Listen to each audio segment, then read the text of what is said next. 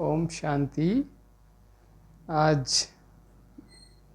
7 मार्च 2021 के अव्यक्त बाप दादा के महावाक्य हैं और मुरली का टाइटल है पूज्य देवात्मा बनने का साधन पवित्रता की शक्ति। तो बाबा ने आज बहुत ही सुंदर मुरली में बताया है हमें कि किस तरह से पूज्य देवात्मा बनना है। तो उसका मुख्य साधन पवित्रता है। वो पवित्रता की शक्ति का महत्व बाबा ने आज बताया है कि ब्राह्मण जीवन में पवित्रता का क्या महत्व है। संगम युगी ब्राह्मण जीवन की विशेषता है पवित्रता। पवित्रता की निशानी यह लाइट का ताज है जो हर ब्राह्मण आत्मा को बाप से प्राप्त होता है। तो ये ब्राह्मण जीवन में ही जन्म से ही पवित्रता का जन्म सिद्ध अधिकार प्राप्त हो जाता है। ब्राह्मण बने तो पवित्रता का अधिकार मिल गया। और साथ साथ जो देवी देवताओं को भी लाइट का ताज दिखाते हैं, डबल ताज दिखाते हैं ना, एक रत्न जड़ित ताज और एक पवित्रता का ताज। तो पवित्रता का जो ताज है देवताओं को, वो भी पवित्रता की निशानी है।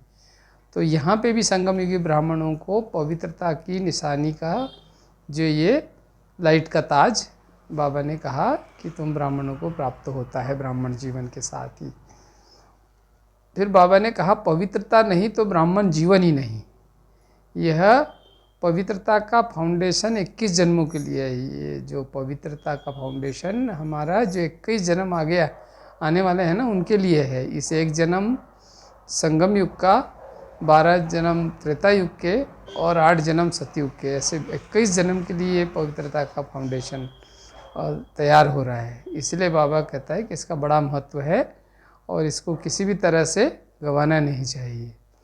फिर पवित्रता ही माया के अनेक विघ्नों से बचाने की छत्र छाया है। तो जैसे बाबा भी कई मुरलियों में कहता है कि सदा महसूस करो कि बाप की छत्र छाया में हो, पल रहे हो बच्चे। तो ऐसे ही ये पवित्रता भी छत्र छाया है। इस पवित्रता की छत्र छाया में रहो तो संसार के सारे विघ्नों से बचे रहेंगे। पर जहाँ पवित्रता की छत्र छाया के बाहर निकलते हैं तो फिर माया अनेक रूप से विघ्न पैदा करती है और फिर हमारे ब्राह्मण जीवन में कठिनाइयाँ और विघ्न आने लगते हैं। तो इसीलिए सदा पवित्रता में रहो। सारे दिन में चेक करो, अगर किसी भी प्रकार की दुख की लहर आती है या अशांति के अनुभव होता है तो समझ लो इसका बीज है फिर अपवित्रता। कहीं ना कहीं से कोई अपवित्रता हुई है, इसी वजह से ये दुख की लहर या फिर अशांति का अनुभव हुआ है। कारण या परिस्थितियाँ कोई भी हो सकती है, पर वो परिस्थितियाँ या कारण दोषी नहीं है, पर मूल रूप में कहीं ना कहीं हमारी अपवित्रता ही इसका बीज है। जो भी हमारे सामने विघ्न आ रहे हैं, चाहे अशांति आ रही है, चाहे दुख की लहर आ रही है, उसके लिए मूल रूप में कहीं ना कहीं हमारे इसमें अपवित्रता हो रही है। वो चेक करिए और उसको फिर चेंज करना है हमें। फिर बाबा ने कहा ब्राह्मणों के संकल्प में व मुख में यह शब्द कभी नहीं होना चाहिए कि इस बात के कारण या फलाने व्यक्ति के व्यवहार के कारण मुझे दुख होता है। यह बोल पवित्र ब्राह्मण जीवन के नहीं हो सकते हैं। तो पवित्र ब्राह्मण जीवन की तो निशानी सदा प्रसन्नता है, खुशी है। तो ब्राह्मण जीवन अर्थात हर सेकंड सुखमय जीवन। हर ब्राह्मण बच्चा मास्टर दुख हरता सुख करता है। तो दूसरों के दुख हरने वाले कभी स्वयं दुखी नहीं हो सकते। तो बाबा ने कहा फिर दुख को भी रूहानी सुख के वायुमंडल में परिवर्तन कर देते हैं ब्राह्मण। तो ऐसे ब्राह्मण बनना है कि दुख का वायुमंडल को भी सुख के वायुमंडल में बदल दे। वृत्ति भी कभी दुख की ना हो, वृत्ति दृष्टि सभी तरफ मतलब सदा सुखी हो और खुशी हो। फिर बाबा ने कहा आप पवित्र आत्मा सदा सिद्धि स्वरूप है। सिर्फ चमत्कार दिखाने वाली सिद्धि नहीं है, पर ये तो निरंतरता की सिद्धि है, सदा अतीन्द्रिय सुख में रहने की सिद्धि है, बल्कि सदा प्राप्ति करने वाले हो। इसीलिए पवित्रता की शक्ति की महानता को जान अभी पवित्र अर्थात पूज्य आत्माएं बनो। ऐसा नहीं कि सोचना कि अंत में बन जाएंगे। ये ऐसे आगे आखिरी के लिए नहीं मत रखो। लक्ष्य को आगे नहीं बढ़ाओ कि कल कर लेंगे, हो जाएगा, अंत में ज़रूर हो जाएगा। तो वो नंबर फिर समय को मिलेंगे। अंत के जो यदि हो भी जाएगा तो अंत का जो वरदान फिर समय को मिलेगा, वो नंबर भी समय को मिलेंगे, तो हमें नहीं मिलेंगे ना। तो इसलिए अभी से हमको करना है। फिर बाबा ने कहा, उमंग उत्साह के पंखों से उड़ के आने वाले परवाने हो, सदा इस महफिल में आए हो। तो बाबा ने देखा कि कायदे से जितने आत्माओं को परमिशन दी गई थी उससे भी ज़्यादा आ गए हैं। तो बाबा ने कहा, भले आ गए, आपका घर है, पर कायदे में ही फ़ायदा है, जितना कायदे में रहते हैं उतना ही ज़्यादा फ़ायदा होता है। तो ब्राह्मणों का तो मर्यादाओं के लिए ही जाना जाता है, चाहे देवताओं को मर्यादा पुरुषोत्तम कहा जाता है, तो ब्राह्मण सो फरिश्ता और फरिश्ता सो ही देवता बनते हैं।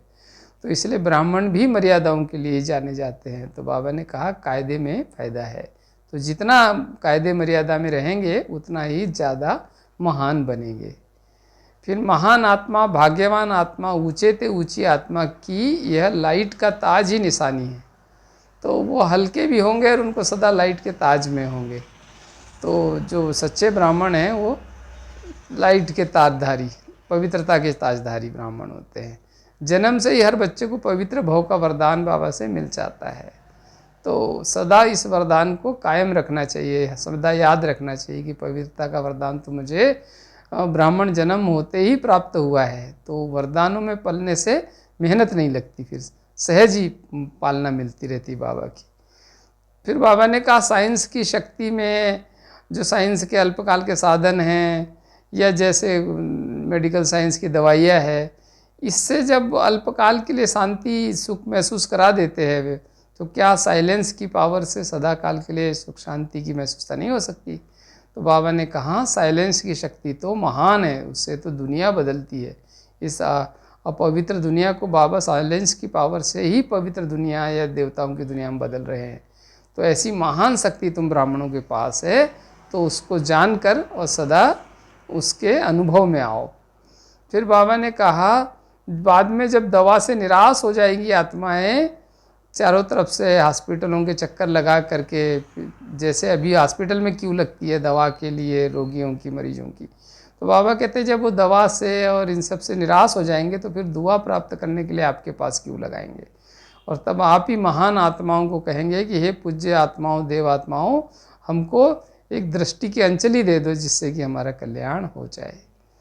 फिर बाबा ने कहा, परम धाम से आने वाली जो अभी अभी की आत्माएं हैं, कलयुग अंत की आत्माएं, तो वो पवित्रता की शक्ति है उनके पास, और परम धाम से आई है तो अपनी शक्ति संचित कर है उनके पास। तो वो अभी अल्पकाल की सिद्धियों से फिर लोगों को बहुत चमत्कार भी दिखाती रहती है। पर बाबा कहता है, आपके पास तो स्थायी जो विधि के द्वारा सिद्धि प्राप्त करते हो, अतीन्द्रिय सुख की प्राप्ति करते हो, जो सदा आपके साथ रहता है और सदा रहेगा। फिर बाबा ने कहा, दुआओं का स्टॉक जमा किया है।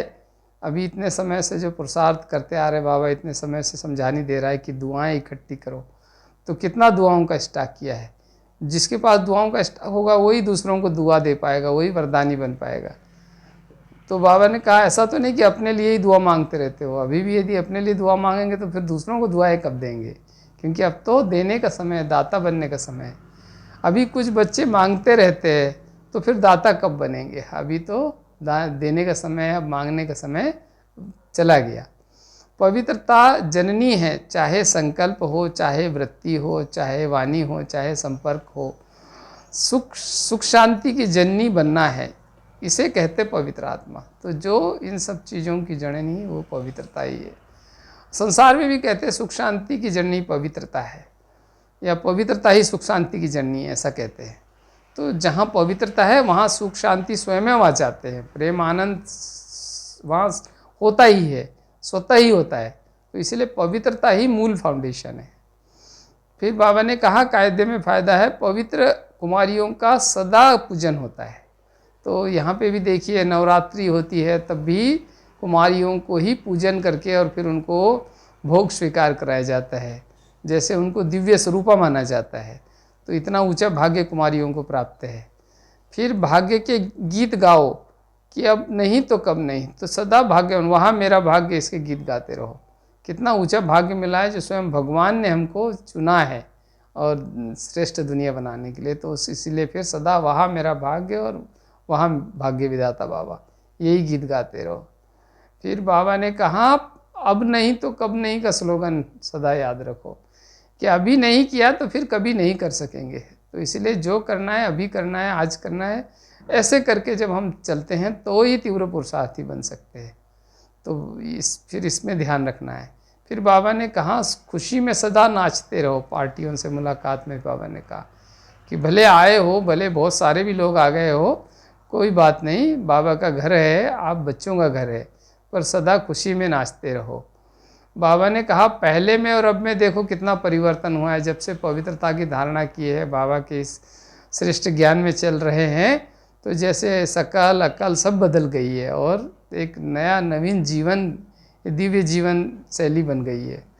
फिर दूर रहते भी सदा दिल के नज़दीक रहने वाले हो। डबल विदेशियों को कहा बाबा ने कि चाहे भले ही दूर हो पर फिर भी बाबा के दिल के नज़दीक हो। ब्राह्मण परिवार के लिए जैसे बहुत अपनापन लगता है, जब विदेश की भी आत्माएं आती है तो उनको भी यहाँ के ब्राह्मण बाबा के बच्चों में और ब्राह्मण बच्चों को भी विदेशी भाई बहन आते हैं तो बहुत अपनापन लगता है और ऐसे लगता है जैसे बेहद का हमारा परिवार है, तो सारा विश्व ही हमारा परिवार, ये भावना आने लगती है। वसुधैव कुटुंबकम की भावना साकार हो जाती है।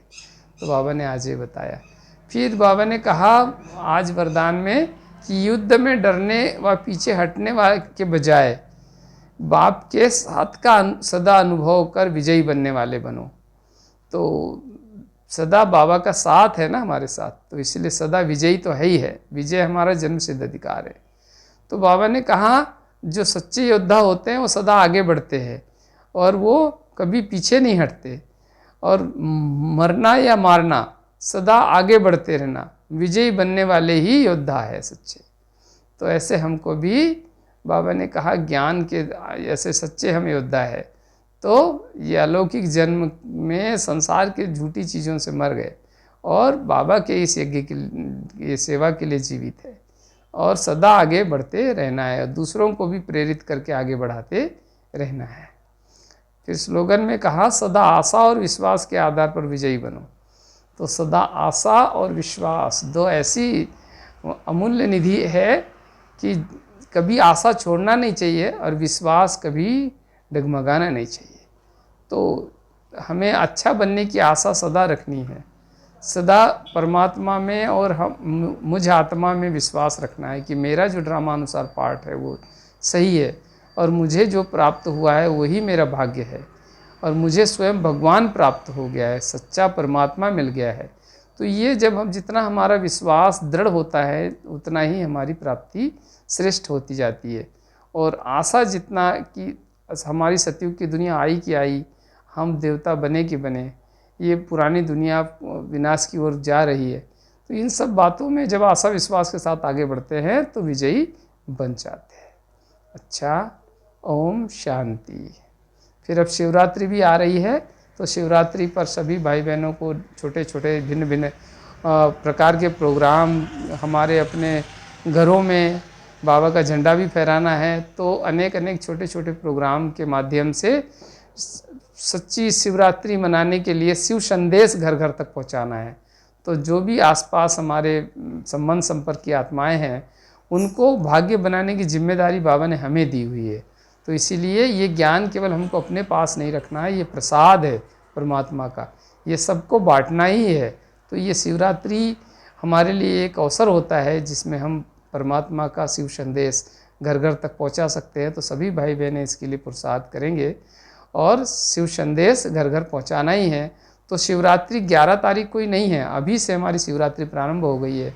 तो सबको शिव कौन है, कब आते हैं, क्या करते हैं और किस तरह से इस सृष्टि को पति से पावन बनाते हैं, किस तरह से हमें आत्मा का परिचय देते हैं और किस तरह हम आत्माओं को साधारण से महान ब्राह्मण और ब्राह्मण से फरिश्ता और फिर देवता बना देते हैं और किस तरह से पूरी दुनिया ही पतित दुनिया को पावन दुनिया, स्वर्णिम दुनिया बना देते हैं। ये बातें हमको दूसरों को भी समझानी है, बतानी है।